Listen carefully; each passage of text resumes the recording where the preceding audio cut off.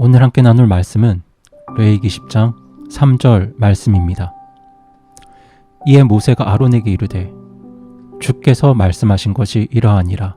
이르시기를 내게 가까이 오는 자들 가운데서 내가 거룩히 구별되며 온 백성 앞에서 영광을 얻으리라 하셨느니라 하매 아론이 잠잠하니라. 지난주에 저는 하나님 말씀대로 분향하지 않은 나답과 아비후가 제사를 드린 첫날 죽은 사건에 대해 말씀을 드렸습니다.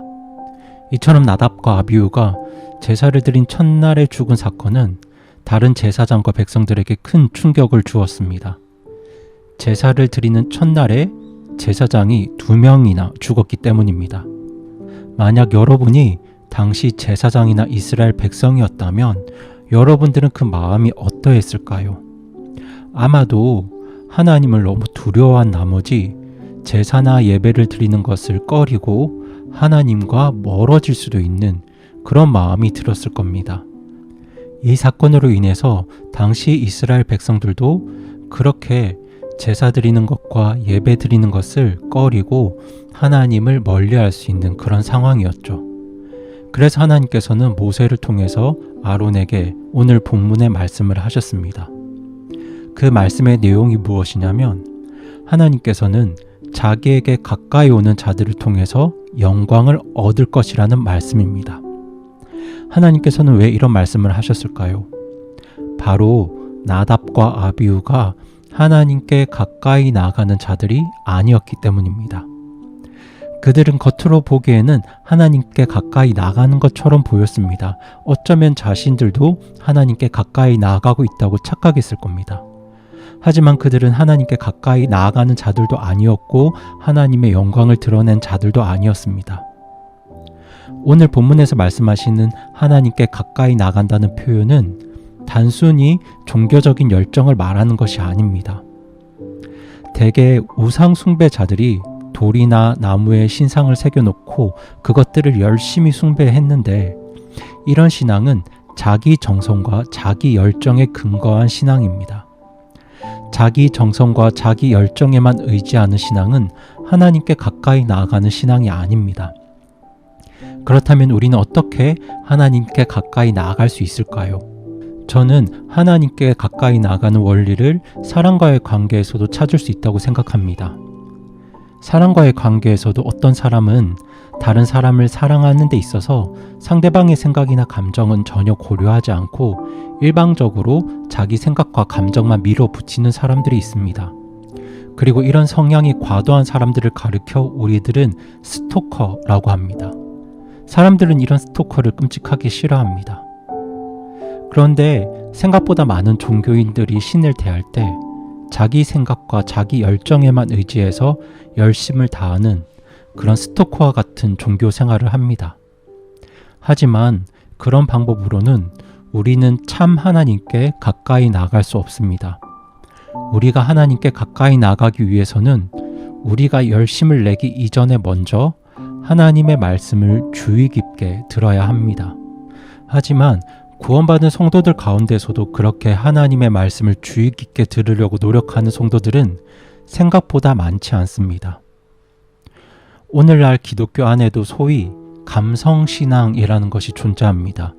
이런 신앙은 하나님과의 관계를 거의 자기 감수성에 의지하는 신앙입니다. 그리고 생각보다 많은 현대 그리스도인들이, 특별히 젊은 청년들이 이런 감성신앙에 빠져 있습니다.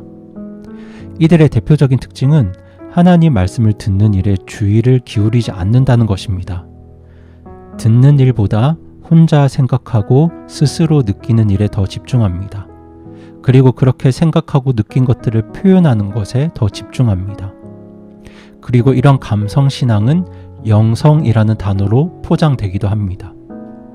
물론 나 자신을 포함해서 누군가의 마음을 소중히 여기고 느끼는 일은 중요합니다.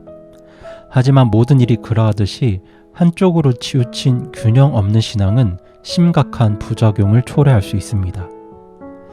특별히 근래 대한민국 정치에서도 이런 감성주의가 부각되면서 젠더 감수성, 인권 감수성, 생태 감수성, 성인지 감수성이라는 단어들이 등장하기 시작했습니다. 표면적으로는 이런 것들이 사람을 우선으로 생각하고 사람이 먼저라고 말하는 것 같습니다. 하지만 그렇게 부각되는 감성들이 어떤 사람 내면에 숨어있는 은밀한 생각, 의도들은 감추이고 겉으로 드러내는 감성의 의지에 어떤 사람을 판단하게 합니다.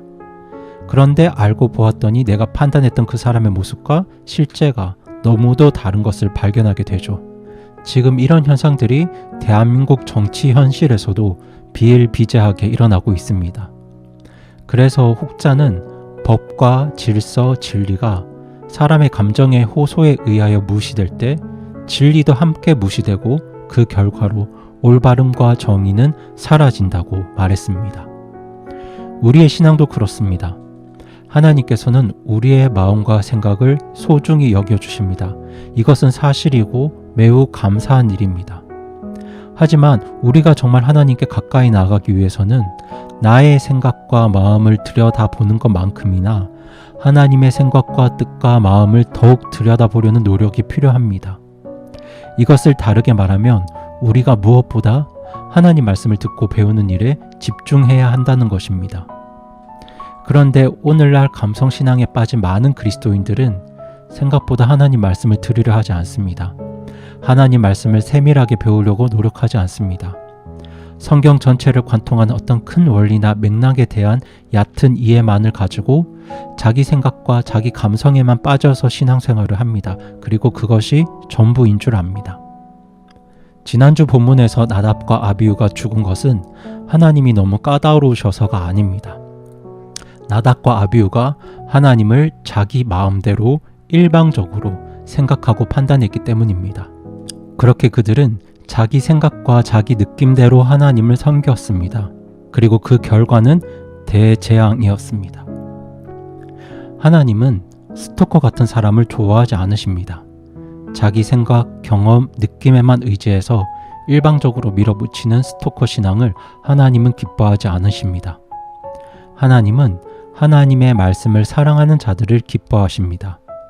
그리고 하나님 말씀을 사랑하는 자들은 무엇보다 하나님의 말씀을 듣고 배우는 일에 집중합니다.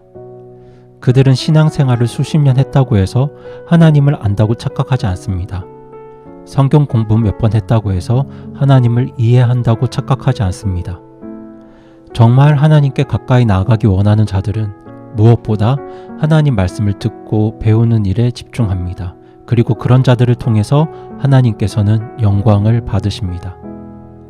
그것이 제가 매일매일 말씀을 공부하고 연구해서 성도분들과 나누는 이유입니다. 사실 저도 지금처럼 레익이라는 말씀을 정해서 순서에 따라서 나누지 않고 그냥 그때그때 생각나는 대로 본문 정해서 글을 쓰고 말씀을 나누면 편할 것 같습니다. 아마 훨씬 편할 겁니다. 하지만 제가 그렇게 하지 않고 성경 본문을 정해서 성경의 순서에 따라 말씀을 나누는 이유는 저 스스로 역시 자기 생각과 자기 느낌에 갇힌 감성신앙에 빠지길 원치 않아서입니다. 내가 무슨 말을 하고 싶은가 보다 하나님께서 내게 무슨 말씀을 하시는가에 더욱 집중하기 위해서입니다. 그것이 본문을 정하고 본문의 순서에 따라 말씀을 묵상하고 나누는 이유입니다. 이렇게 말씀을 전하고 가르치는 저 역시 하나님을 잘 안다고 착각하지 않습니다. 그래서 가르치고 전하는 것만큼이나 성경 말씀을 듣고 공부하고 배우는 일에 시간을 더 투자하려고 노력합니다. 그것이 저와 여러분이 함께 하나님께 더 가까이 나아갈 수 있는 건전한 방법이라고 믿기 때문입니다. 하지만 오늘날 생각보다 많은 그리스도인들이 나답과 아비후처럼 하나님께 가까이 나아가고 있다고 착각하며 살아갑니다. 그들은 스스로 하나님께 영광 돌리고 있다고 믿습니다. 하지만 하나님은 오늘 그러한 자들을 향해서 나는 나에게 가까이 오는 자들을 통해서 나의 영광을 받을 것이다 라고 말씀하시며 그들을 책망하실지도 모르겠습니다. 혹시 여러분의 모습은 어떠신가요? 저는 저와 여러분이 정말 하나님께 가까이 나아가길 원합니다. 우리가 나답과 아비후가 되지 않길 원합니다. 이를 위해서 우리가 무엇보다 먼저 해야 할 일은 하나님 말씀을 듣고 배우는 일에 더욱 집중하는 것입니다. 저는 그렇게 여러분이 하나님께 가까이 나아감으로 하나님께 영광 돌리는 삶을 살기를 간절히 원합니다. 이를 위해서 성경 말씀을 듣고 배우는 일에 더욱 힘쓰는 우리 성도분들이 되기를 바라면서 오늘 말씀을 마칩니다.